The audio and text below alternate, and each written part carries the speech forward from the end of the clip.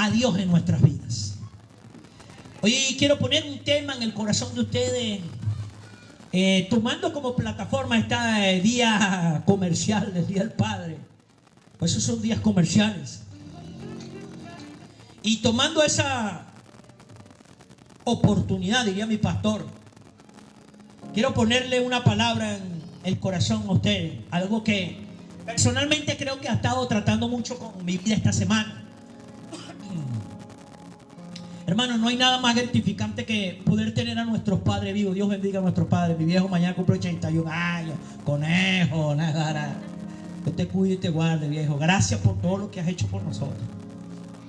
Y pensando en eso, también pensar en aquellos que ya no tienen a su papá, porque ya partieron de esta tierra, o tal vez no lo conocieron. Agradecemos lo que tuvimos un padre con errores, con defectos, pero estuvo allí para nosotros. Y a veces uno con tristeza ve en las redes esa cultura que se ha venido levantando últimamente, de mujeres que se levantan: yo soy padre y madre. No, hermano, mire, nunca una madre va a ocupar el papel de un padre, y un padre nunca va a ocupar el papel de una madre. Eso es imposible. Cada quien tiene su papel y su función. Y personalmente yo creo que el papel, ojo, esto no estoy discriminando a las madres en ningún momento, no me malinterpreten. Principalmente creo que el papel más importante en nuestro hogar es el papel del padre, porque es lo que nos conecta o nos acerca con Dios. Y sí es verdad, hermano, a veces uno no tiene una buena relación con el papá, cuesta. Y de eso es lo que yo quiero hablarles a ustedes en este día. Acompáñenme al libro de Colosenses capítulo 2, versículo 13. Libro de Colosenses capítulo 2, versículo 13, dice la palabra de la siguiente manera: antes ustedes estaban muertos en sus pecados, aún no se habían despojado de su naturaleza pecaminosa, pero ahora Dios les ha dado vida juntamente con Él y les ha perdonado todos sus pecados. Denle un aplauso a la palabra del Señor. El nombre de lo que quiero colocar en el corazón de ustedes, que creo que Dios ha colocado en mi corazón, se llama: no soy un campeón. Repito, no soy un campeón. Necesito al campeón. ¿Aló? No soy un campeón, pero necesito al campeón. Hermano, el papel importante que tienen los hombres dentro de los hogares es la clave para que cada persona pueda descubrir el propósito, el plan de Dios para su vida sobre esta tierra. Hermano, desde niño a los hombres se nos enseña: no se debe llorar, no se debe mostrar los sentimientos, no se debe mostrar debilidad, debemos ser fuertes, debemos ser firmes. Y desde niños ponen esa carga sobre la mente, sobre el corazón, sobre la vida de los hombres. Y una de las cosas que tristemente ha hecho mucho daño en el corazón del hombre y en la mente ha sido esa cuestión de que no, los hombres no deben llorar. Eso es reflejo de debilidad. Entonces se crean hombres que tienen sentimientos reprimidos. Nos creamos hombres, nos levantamos hombres que tenemos sentimientos reprimidos. No mostramos bondad, no mostramos ternura con nuestra familia, con nuestra pareja, con nuestros hijos, con nuestras hijas. Somos duros. Porque es que desde niños nos enseñan eso, nos enseñan que debemos ser un campeón. ¿Aló? Entonces, el criterio de un campeón es éxito, es victoria, es fuerza, es grandote. No, hermano. Y entonces nosotros tenemos que entender que no somos unos campeones, pero necesitamos al campeón, a Dios, a Jesús, al Espíritu Santo.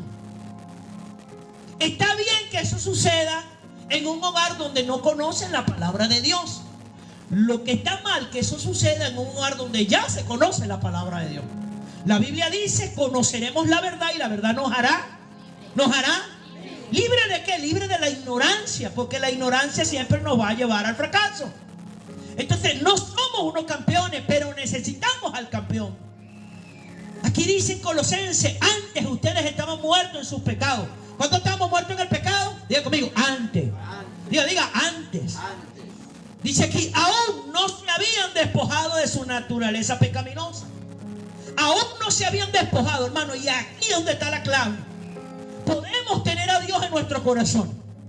Podemos tener acceso a la verdad de la Biblia, que es la palabra de Dios. Podemos tener al Espíritu de Dios. Pero si nosotros no aprendemos a despojarnos de esa vieja naturaleza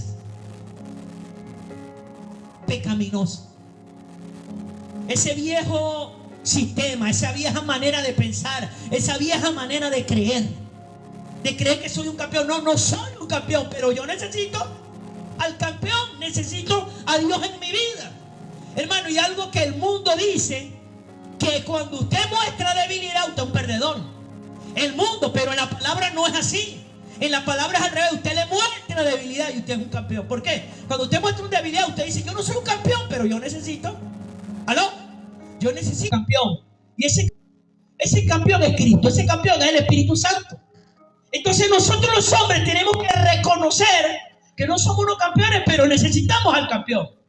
El campeón es Dios, que es nuestro Padre. Él es el ejemplo para nosotros.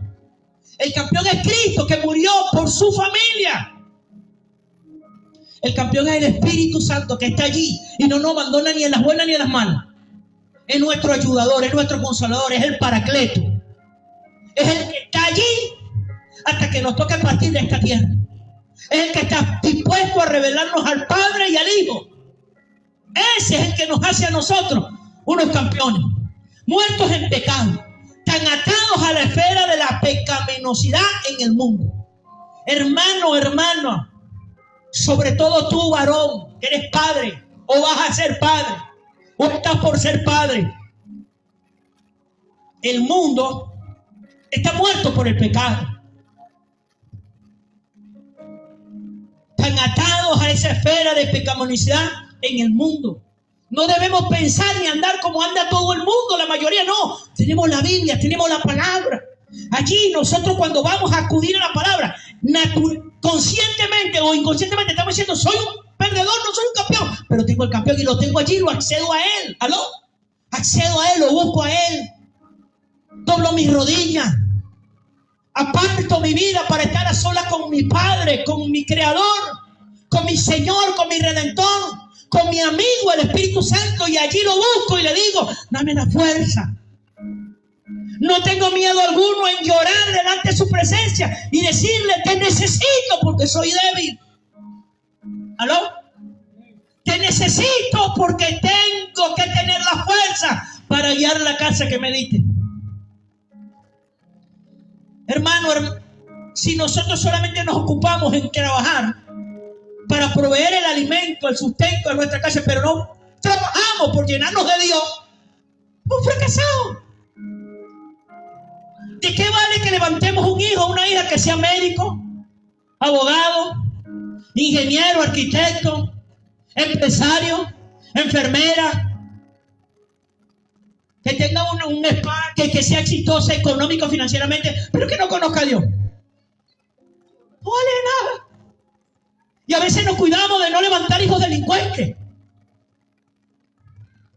hijas prostitutas, hijos que tengan una mala vida o hijas que tengan una mala vida.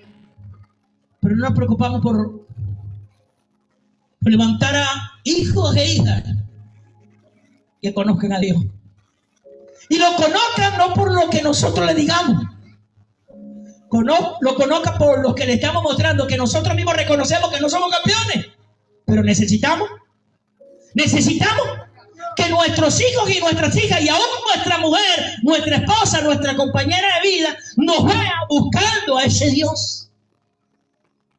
Nos vea mostrar la debilidad de que yo no soy un campeón, pero necesito. Hermano, eso es lo más poderoso que nosotros le podemos enseñar a nuestra familia. El hombre es la figura de Dios dentro de la casa. Pero papá, tú estás mostrando, yo estoy mostrando, estamos mostrando a Dios o al diablo. En nuestra casa podemos estar mostrando a Dios o al diablo. ¿Aló? Nuestros hijos, nuestras hijas, nuestra pareja, cuando nos vengan a nosotros, ¿a quién están viendo? ¿A Dios o al diablo? Y podemos ser cristianos, y podemos tener años caminando en los caminos del Señor, pero podemos estar mostrando al diablo en vez de a Dios. Con nuestra conducta, con nuestra actitud. Mano, yo tengo un carácter fuerte. Yo no soy ninguna mantequilla. Yo a veces me exploto y digo cosas que no tengo que decir. A veces trato a mi esposa de una manera que no la debo tratar. A veces digo cosas que no debo decir. A veces hago cosas que no debo hacer. Y de un tiempo para acá, en mis oraciones he sentido que Dios ha puesto en mi corazón que cuando oro, yo primero oro por mí. Yo antes de orar por todo el mundo, oro por mi propia vida primero. Lo segundo que hago es orar por mi esposa. Pero hace unos meses atrás Dios ha puesto en mi corazón que ore por la sanidad del corazón de mi esposa.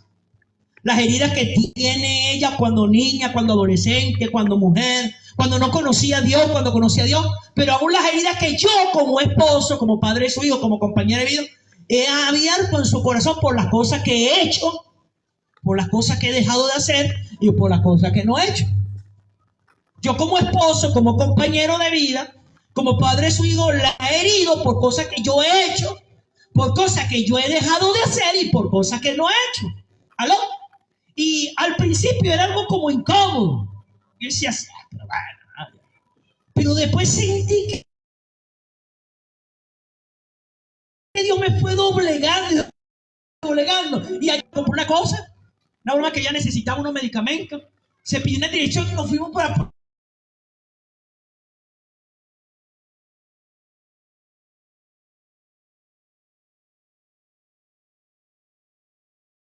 Bolívar. Y venía hablando por teléfono y a mí me explotaron la costumbre. Pero ¿por qué no preguntaste? Y le dije un poco. Y una vez alcé la voz. Y me convertí en joven.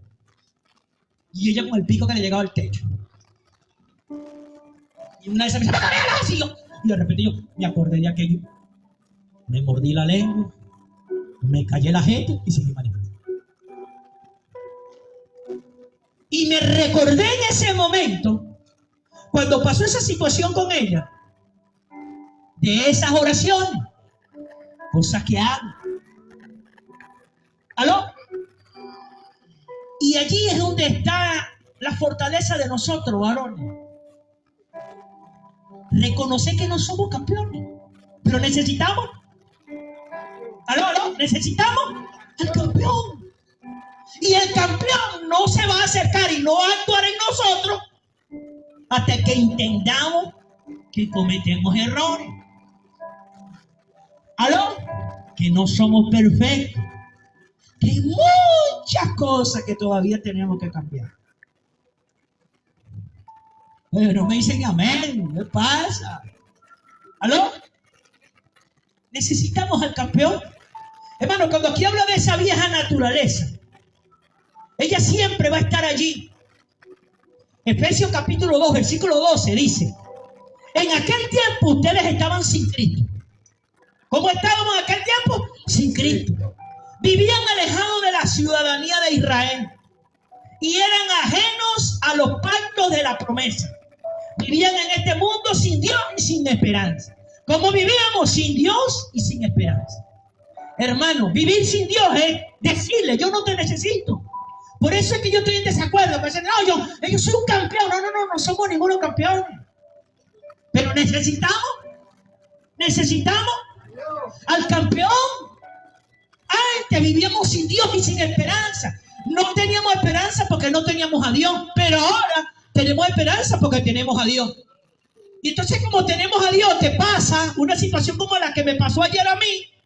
Entonces eso no me desmoraliza, no me tira por el piso. No me convierte, no, reconozco que metí la pata. Dije lo que no tenía que decir. ¿Aló? Hice lo que no tenía que hacer. ¿Aló? Porque sabe que es duro para el varón reconocer las debilidades. ¿Sabe que es duro para los varones? Reconocer los errores. Y eso es porque se ha insertado en nuestros corazones. Somos unos campeones. Los machos no lloran. Y como no lloran, no se equivocan. Y eso no es así. Hermano, yo siempre fui un hombre de corazón duro para llorar. A mí para que me sacaron una lágrima, mire, con un alicate. Pero después que conocí a Cristo, después que entendí la verdad, y yo muchas veces me preguntaba y me decía eso a mí mismo. Yo pues me dio bolsa. Pero después con el tiempo entendí que yo no puedo dejar de expresar mis sentimientos. Eso no me hace débil, eso me hace más fuerte. ¿Aló? El reconocer que no soy un campeón, pero necesito. ¿Y cuándo necesitamos ese campeón, hombre? Todos los días, no el domingo, no en diciembre, no el día del padre, todos los. Un aplauso al Rey de Reyes. ¿Aló? La carne. Esta carne, hermano, quiere mandar y gobernar nuestra vida. Romanos 8:8 dice: además, los que viven según la carne no pueden agradar a Dios. Los que viven según la carne no pueden agradar a Dios. ¿Y qué es lo que quiere la carne? Autodependencia. No quieren depender del Espíritu. La carne quiere decir: yo sí puedo, yo tengo, yo soy fuerte, yo soy macho, ¿no? Pero el Espíritu dice: Señor, no tengo nada, te necesito. Vivo embarrándola. ¿Aló? El Espíritu te dice: oye, papá, tómame de la mano y no me dejes caer. El Espíritu te levanta cada mañana y ves a tu compañera allí acostada, ves a tus hijos, ves a tus hijas, y aunque no tienes fuerza te levanta porque dice: un día más, yo voy a echar para adelante. ¿Aló? La carne te dice que no le debes demostrar a tus hijos debilidad, pero el Espíritu te dice: acércate, abrázalo y exprésale tu corazón a tus hijos. ¿Aló?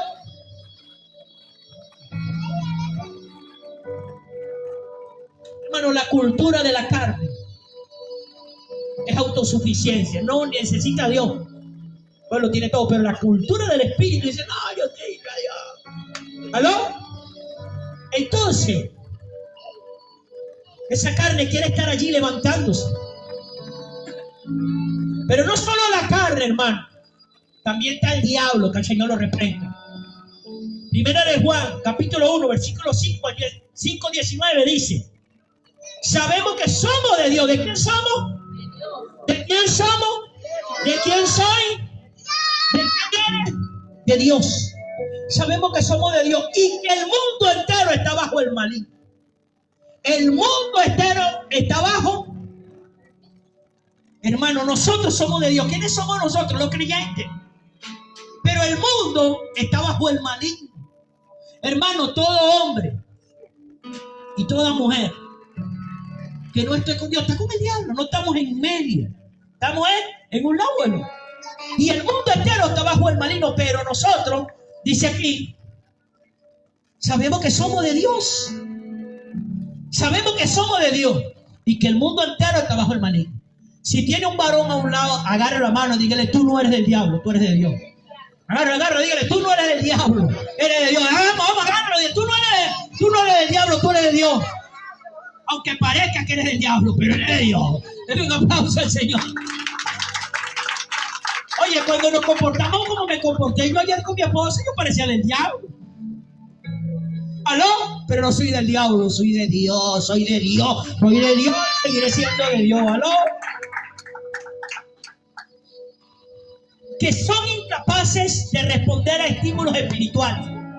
El mundo son incapaces de responder a estímulos espirituales, carentes por completo de toda vida espiritual. Hermano, el mundo carece de vida espiritual, carece de estímulos espirituales, carente por completo de toda vida espiritual. El mundo no cree en el mundo espiritual, esa actividad espiritual.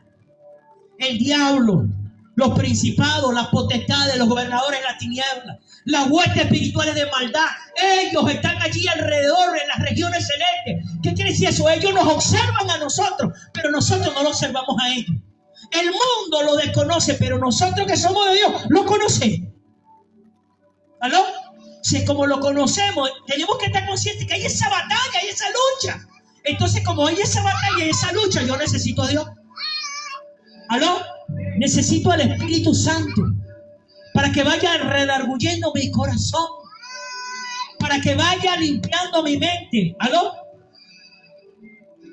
Que Él está allí.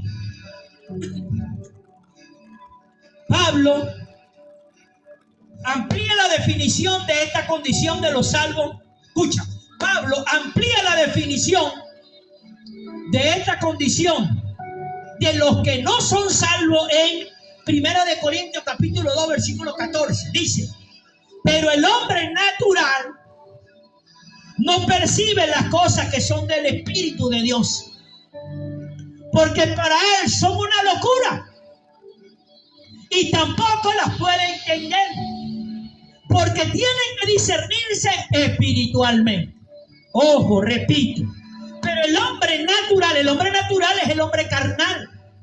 No percibe las cosas que son del Espíritu de Dios. No las percibe. Porque para él son una locura. Eso son estupideces. Eso es perdedera de tiempo. El hombre natural, el carnal. Para él es una locura. Pero dice, y tampoco las puede entender. Porque tienen que discernirse espiritualmente, varón. Lo que tú y yo necesitamos es discernimiento espiritual. Y para tener ese discernimiento espiritual, primero hay que reconocer que no somos los campeones. Pero necesitamos al campeón que nos va a dar la fuerza de discernir lo espiritual. Cuando usted ve a su esposa mudando el cuero, no es ella. Es Satanás, es el diablo. Es esos demonios que quieren usarla a ellos para robarte la paz a ti. ¿Aló? Pero tú tienes que ser espiritual, no natural, no carnal. Y entonces discernir en el espíritu. No te pongas a pelear y a discutir con ella. No la maltrate. No diga nada que no la vaya a edificar. He estado viendo por TikTok una pareja que se llama Ludovico, donde la mujer le forma aquello rocho a la mujer. A una escena donde la mujer se acerca: Ludovico, ¿de qué edad te parezco? Y el tipo la empieza a mirar, empieza a sudar. Pero mi amor, pero dime, Ludovico, ¿de qué edad te parezco? Y el hombre empieza a sudar y: mi amor, pero respóndeme, Ludovico, por favor, ¿de qué edad te parezco? Mi amor, de tu edad. Me estás llamando vieja. Y la mujer empieza a formar ese rollo. Y el hombre: pero mi amor, y eso se arma. Y cuando yo vi esa escena me acordaba de eso. ¿Por qué asocio esto con esto? Varones, las palabras que salgan de nuestra boca para nuestras compañeras son demasiado importantes. Nunca jamás trates de entender a tu esposa, porque eso va a ser imposible. Tú y yo no estamos llamados a entenderla, estamos llamados a amarlas. ¿Aló? Si te pones a tratar de entenderla, te vas a morir. Te vas a morir, ¿sabes de qué? De una rechera. ¿Aló? Eso es así. El discernir espiritualmente significa, no, yo no tengo que entenderla, yo tengo que amarla. El varón que trate de entender a la mujer se está muerto ya, se está listo. Ese tiene que mandarse a sacar la medida del ataúd y listo. O lo van a cremar, o lo van a... le van a echar como comida de puerco, no sé. Pero no trates de entender a tu esposa, a tu pareja. No. Ámala. Simple y sencillo como eso. Cuida mucho las palabras que salgan de tu boca. Yo sé que a veces uno en una situación como la que me pasó a China ayer, o sea, yo dije las cosas sin pensar. Me salió el diablo, me salió los fraites. Y después, hermano, yo en el carro calladito. Quietecito, como en la cédula. Porque sabía que la había chorreado. ¿Aló? Y lo primero que me vino a la mente fue esto: Hermano, no somos campeones, pero necesitamos. Y ese campeón nunca nos va a fallar. Nunca nos va a fallar.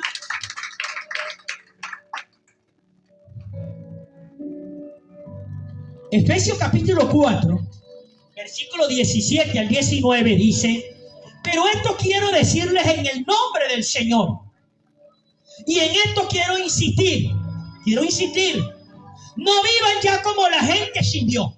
No vivan ya como la gente sin Dios. Quería insistir y quería enseñarle eso. No vivan ya como la gente sin Dios, que vive de acuerdo a su mente vacía. La gente sin Dios vive de acuerdo a su mente vacía. ¿Vacía de qué? De Dios, de la verdad, de la realidad. ¿Aló? Está vacía porque seguían sus situaciones, sus circunstancias, pero no en la verdad de la palabra de Dios. Porque la verdad de la palabra de Dios llenará tu mente para darte la fuerza, la sabiduría. ¿No? No vivan como la gente sin Dios, que vive de acuerdo a su mente vacía. Esa gente tiene el entendimiento entenebrecido. O sea, está lleno de tinieblas. Por causa de la ignorancia que hay en ellos y por la dureza de su corazón. La ignorancia que hay de ellos por la dureza. Ahora, ¿por qué el corazón se endurece, varón? Por las heridas. Los varones somos muy heridos, más que las mujeres.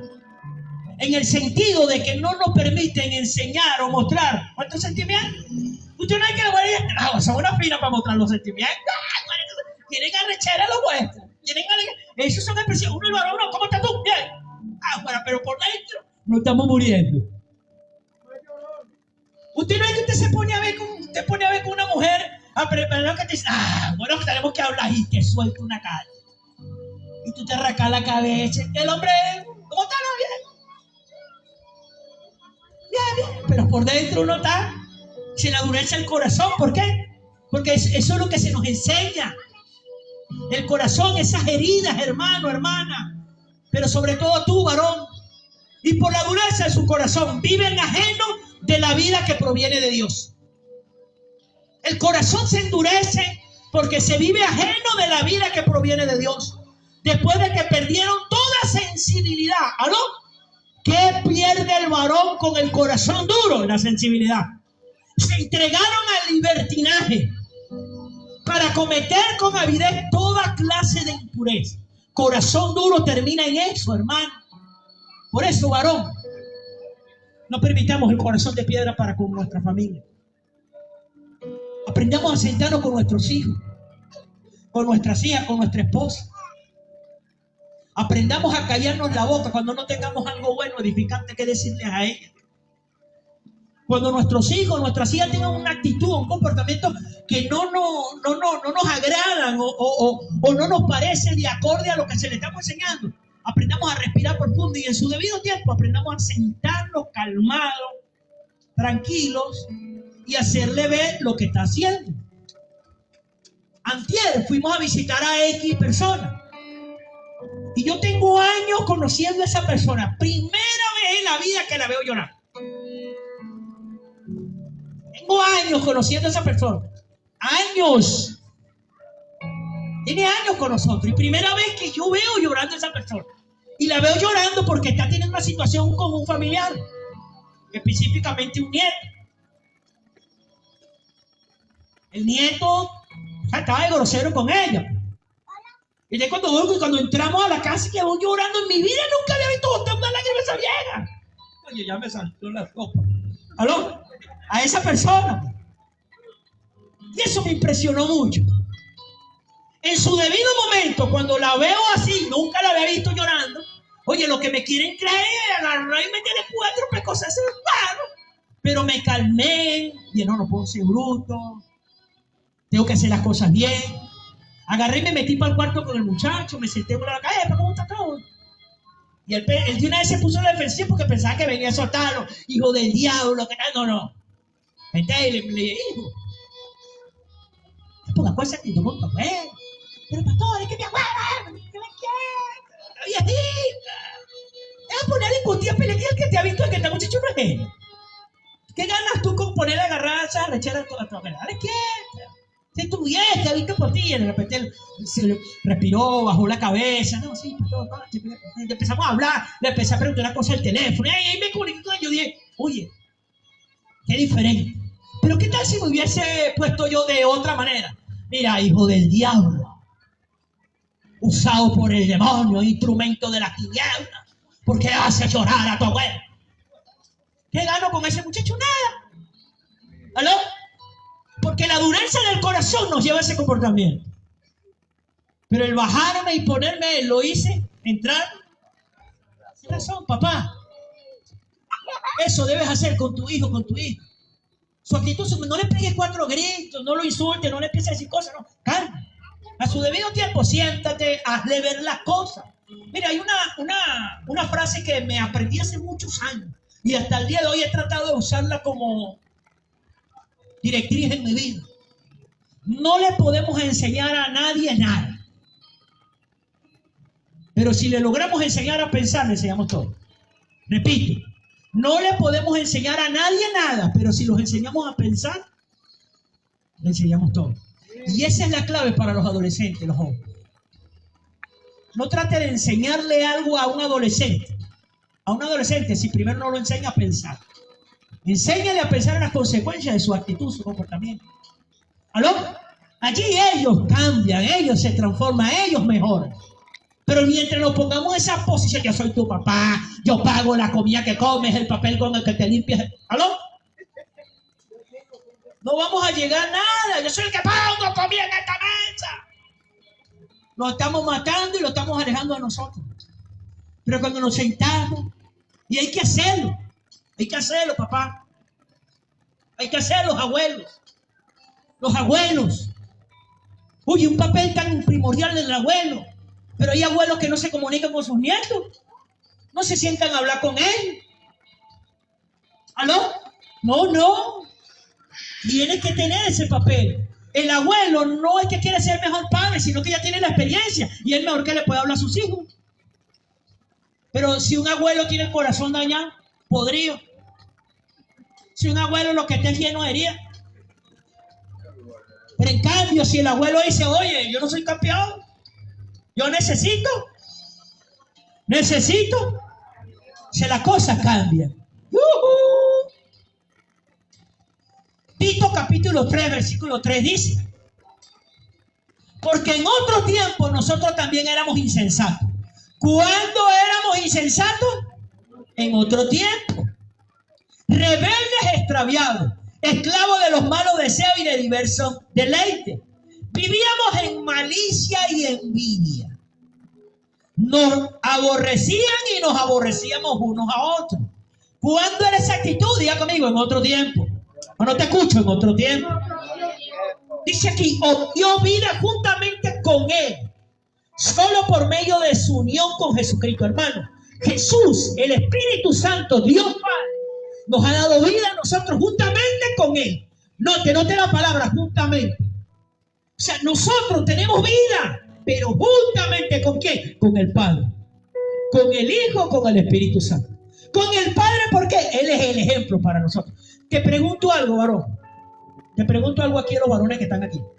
Los que son papá y los que van a ser papá, o los que piensan a ser papá. Le pregunto algo. ¿Alguna vez has fallado? Levanta tu mano. Yo levanto las 2 patas también, que dice mi pastor. Ahora te pregunto, en esa falla, en ese error, ¿has escuchado un grito de parte de Dios? ¿Aló? ¿Has escuchado un grito de Dios? Mira, animal, ¿cuándo vas a cambiar? ¿Lo ha hecho Dios? Ahora, si Dios no lo hace contigo, ¿por qué lo hace con tus hijos? ¿Por qué lo hace con tus hijos? Si Él no lo hace contigo. Ahí está el ejemplo. El ejemplo Jesús, la palabra. Allí encontrarás todo lo que tienes que hacer con cada situación que te toque vivir. Y el ejemplo lo tenemos con el Espíritu. Es que no digas eso. Tienes al Espíritu. Porque juntamente con Él tenemos vida. Con Él es Padre, Hijo y Espíritu. Tenemos el ejemplo del Padre. Tenemos el ejemplo del sacrificio de Jesús. Tenemos el ejemplo del poder del Espíritu Santo. Pero juntamente Juntamente con Él es la plenitud de Jesús, la plenitud del Padre, la plenitud del Espíritu Santo. Juntamente con Él. Si justamente con Él es que yo digo, oye, yo no soy un campeón, pero necesito, porque juntamente con Él tendremos esa vida. Colosenses, capítulo 2, versículo 10 al 12 dice, y en Él, que es la cabeza de toda autoridad y poder, ustedes reciben esa plenitud. Repito, en Él, está hablando de Jesús, que es la cabeza de toda autoridad y poder. Jesús es nuestra cabeza. Ustedes reciben esa plenitud. En Él ustedes fueron también circuncidados. Pero no me refiero a la circuncisión física, sino a la circuncisión que nos hace Cristo y que consiste en despojarnos de la naturaleza pecaminosa. La palabra circuncisar es cortar, quitar, arrancar, remover, quitar y arrancar lo que estorba.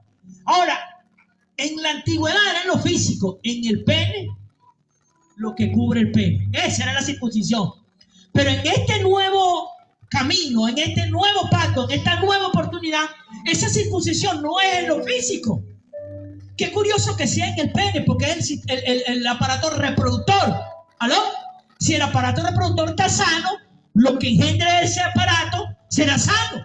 Por eso es que se le cortaba el prepucio. Pero en este lado ahora ya no es en lo físico. Lo que quiere circuncidar Dios en nosotros, sobre todo los varones, es el corazón. Él quiere circuncidar en nuestro corazón lo que estorba que nosotros podamos cumplir el papel que tenemos que cumplir con nuestros hijos, con nuestros nietos, con nuestra pareja. ¿Por qué el varón maltrata a su compañera de vida? Hay cosas que están en el corazón que no han sido circuncidadas, arrancadas, cortadas. Y esas cosas que están allí, que no se han circuncidado, no se han arrancado, no le deja vivir en la plenitud. ¿Aló? Porque Dios no va a hacer algo que tú no le pidas. ¿Aló? Dios no va a hacer algo que tú no le pidas, varón. Está bien que pidas por provisión. Está bien que pidas por muchas cosas, pero si no pides por la sanidad de tu corazón, que sea Dios circuncidando. Circuncidado, o sea, cortando lo que no deja que fluya la vida. Tienes a tu esposa y a tus hijos en una buena casa, pero no tienen hogar. Tienes una mujer, pero no tienes una compañera. Tienes hijos, pero no lo disfrutas porque cuando te ven es como que vieran al diablo. Cuando llegas a la casa, ¡ay, Dios mío, llegó mi papá! Obstinado, amargado. Formando rollo por todo, buscando vender la poseta, buscando vender la mano. ¿Aló? Buscando echar varilla. ¿Aló? ¡Yuhu! ¿Por qué? Hay que circuncidar el corazón. ¡Yuhu! Cuando ustedes fueron bautizados, fueron también sepultados con Él, pero al mismo tiempo resucitaron con Él por la fe en el poder de Dios que los levantó de los muertos. Varón, Dios te ha levantado de los muertos, y como te ha levantado de los muertos, tienes una nueva vida, y esa nueva vida tiene que estar circuncidando ese corazón, Córtalo, corta la rabia, la rechera, la amargura.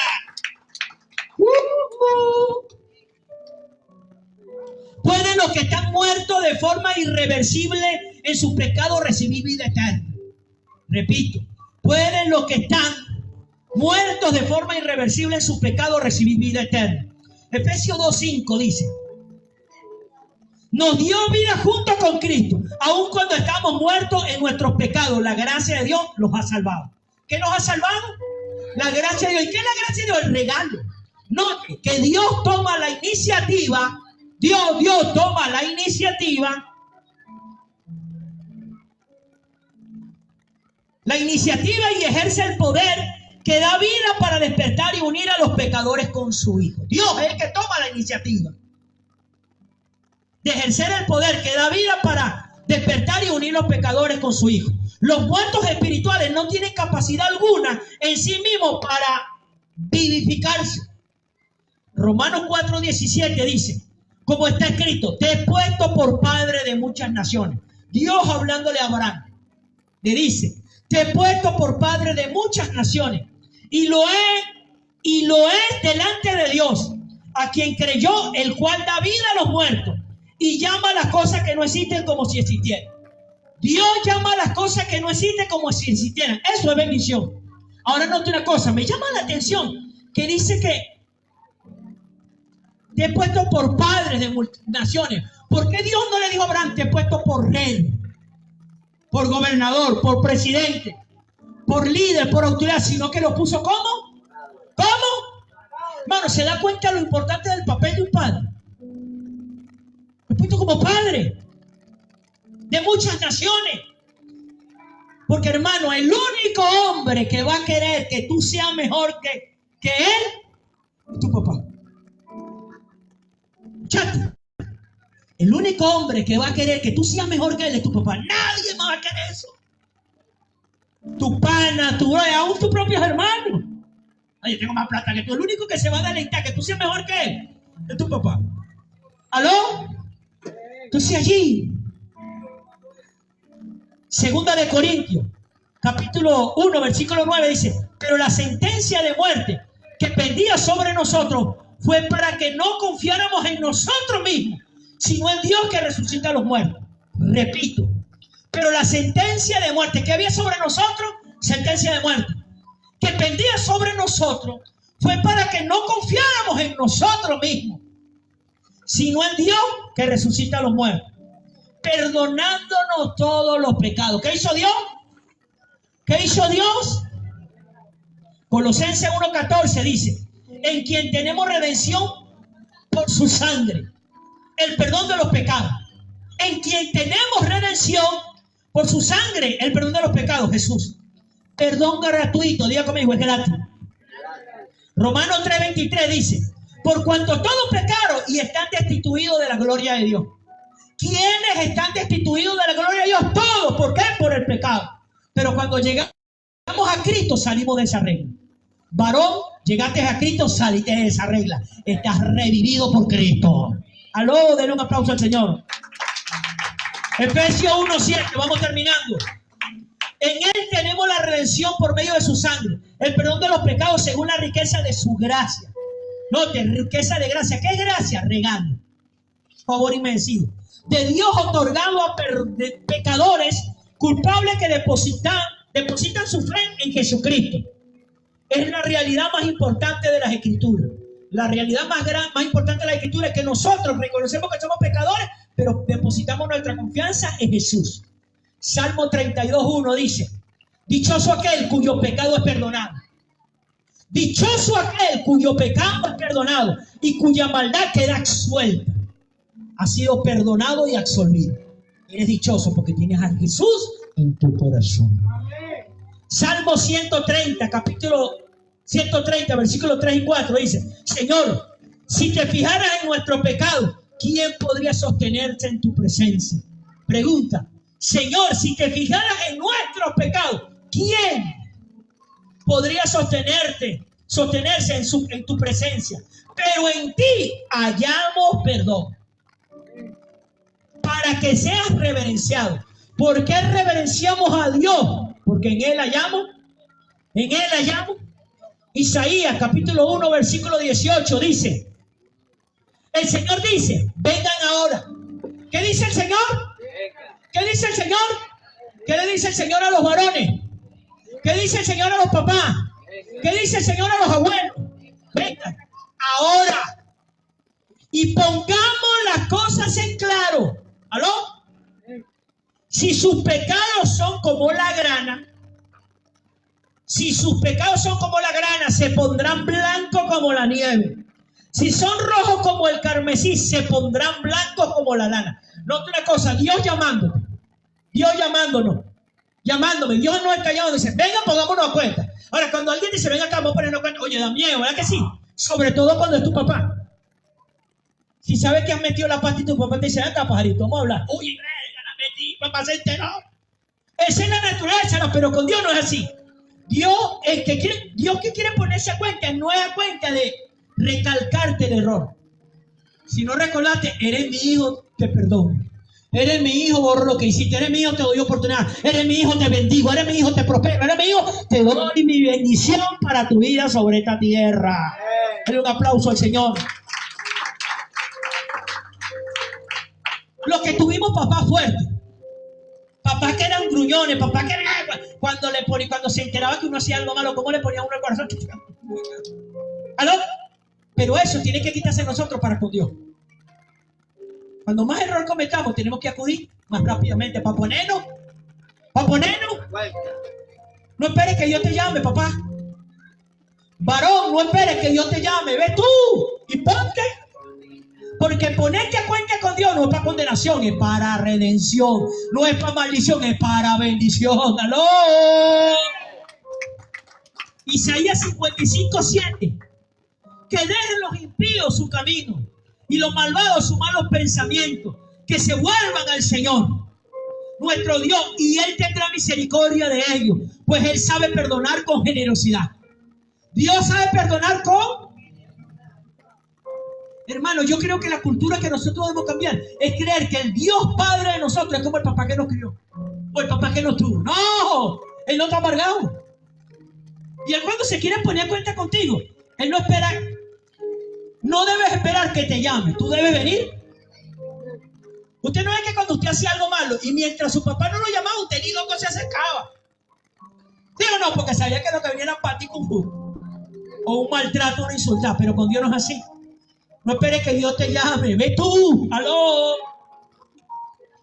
Miqueas capítulo 7, versículo 18 dice: ¿qué otro Dios hay como tú? Que perdona la maldad y olvida el pecado del remanente de su pueblo. Tú no guardas el enojo todo el tiempo, aló, porque te deleitas en la misericordia. Dios Padre se deleita, Él no está enojado. Tu papá todavía de repente está arrecho porque le gastaste aquella plata, hiciste aquello que, aló, y eso pasó hace 40 años y todavía tienes esa yuca ahí, pero Dios no es así. Diga conmigo, Dios no es así. Mateo 26:28 dice: porque esto es mi sangre del nuevo pacto, que es derramada por muchos para perdón de los pecados. La sangre del nuevo pacto fue derramada por muchos para el perdón de los pecados. Hechos 10:43. Acerca de él dicen los profetas que todos los que creen en su nombre recibirán el perdón de sus pecados.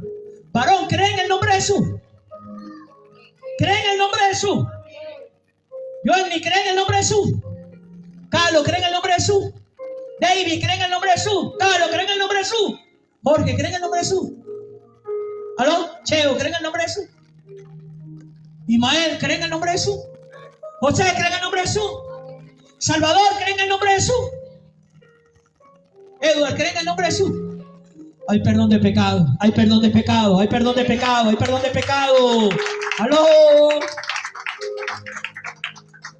Tito 3:4-7 dice: pero cuando se manifestó la bondad de Dios, nuestro Salvador, y su amor para con los hombres, nos salvó, y no por obra de justicia que nosotros hubiésemos hecho, sino por su misericordia, por el lavamiento de la regeneración y por la renovación en el Espíritu Santo, el cual derramó en nosotros abundantemente por Jesucristo, nuestro Salvador. Nuestro Salvador, para que al ser justificados por su gracia, viniéramos a ser herederos conforme a la esperanza de la vida eterna. Hebreos 8:12 dice: seré misericordioso con sus injusticias y nunca me acordaré de sus pecados ni de sus iniquidades.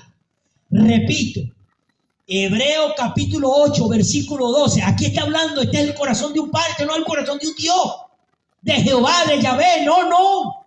Es el corazón de un padre. Dice: seré misericordioso con sus injusticias y nunca más me acordaré de sus pecados ni de sus iniquidades.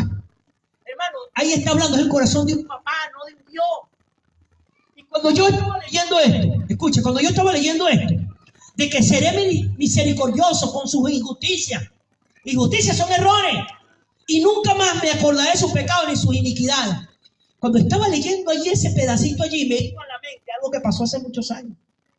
Tendría yo unos 14 años.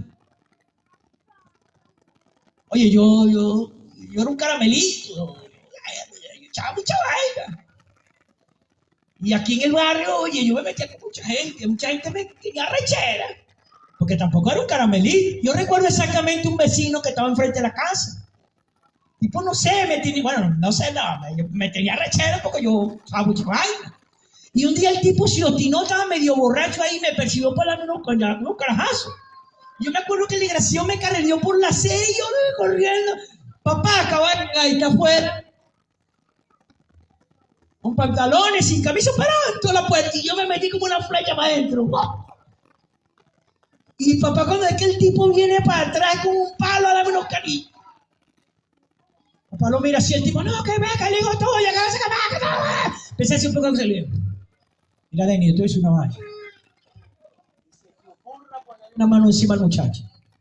Porque ahí sí vamos a tener un problema. Pero cónchale, maestra, le digo tuyo, que no se quema. A mí no me interesa que sea malandro, que tenga hermano malandro. Tú te atreves a poner un dedo encima del muchacho mío y me vas a conocer. Y ese momento, o sea, esa escena, o sea, yo me merecía esos carajazos. De verdad que me lo merecía. No merecía que mi papá me defendiera. Pero esa escena donde papá estaba interfiriendo con aquel que me quería castigar, con aquel que me quería dañar, con aquel que me quería dar la recompensa que merecía, me recordó esto. ¿Merecía yo que me defendiera? No. ¿Merecía yo que él interfiriera con el castigador que venía a mí? No. ¿Por qué lo hice? No es mi papá. ¿Aló? Y papá siempre fue un hombre que no fue expresivo. Nunca. Cariñoso, tierno, no, eso no va con él, no iba con él. Pero esa escena, esa pequeña escena, me hizo recordar que mi papá era misericordioso con mi injusticia. Me hizo recordar que mi papá no se acordaba de mi falta, de mi iniquidad, porque mi papá es en mí. Entonces esa escena me hizo a mí ver que ese viejo grullón, cascarrabia, que no abrazaba, nunca decía nada, nunca conversaba con uno. Mi hermano. ¿Aló? Ahora, nosotros tenemos que aprender a tener esa relación con Dios como papá.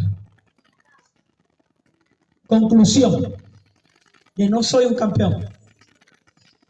Es la verdad verdadera, no soy un campeón, pero necesito al campeón de campeones que hizo posible mi salvación de la condenación eterna. Se paró delante de mí a favor de mi enemigo, Satanás. Ese es el campeón. Tu papá se convierte en ese campeón. Si mi papá no hubiese estado parado allí enfrente de mi casa, me hubieran dado mis carajazos. Pero no me dieron mis carajazos porque estaba mi campeón, mi papá. Le doy un aplauso al Señor. Esta es la palabra que quería poner en el corazón de ustedes, varones, de ustedes, iglesia. Y quiero que antes de que te vaya a tu casa recordarte esto. Si tienes la dicha y el privilegio de todavía tener a tu papá caminando sobre esta tierra, ámalo. Perdona lo que tengas que perdonar y olvida lo que tengas que olvidar. Sí es verdad, a veces gruñón. Sí es verdad, a veces cacarrado. Sí es verdad, a veces anda mal encarado. Pero es tu papá. Va a llegar el día que vas a tener que ver su cuerpo dentro de una caja. O vas a tener que ver su ceniza en una cajita. Y allí vas a sentir un profundo remordimiento por los abrazos que no diste. Por el perdón que no entregaste. Por haberte acordado más de lo malo que... Y quiero recordarte algo aún más importante. también eres papá. Y lo que tú siembras, lo vas a cosechar. Si tienes esa rabia y ese reconcomio con tu papá, lo vas a recoger con tus hijos. Mamá, tienes a tu papá vivo, mujer. Mujer, te ha tocado lidiar con tu papá y tus hermanos o hermanas se hacen los locos con tu papá. No lo veas como una carga, velo como un privilegio. Porque las arrecheras y la rabia que te hace coger hoy en día, cuando no estés, te van a hacer mucha falta.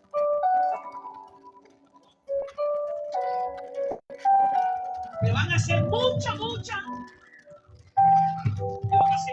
Te van a hacer mucha falta.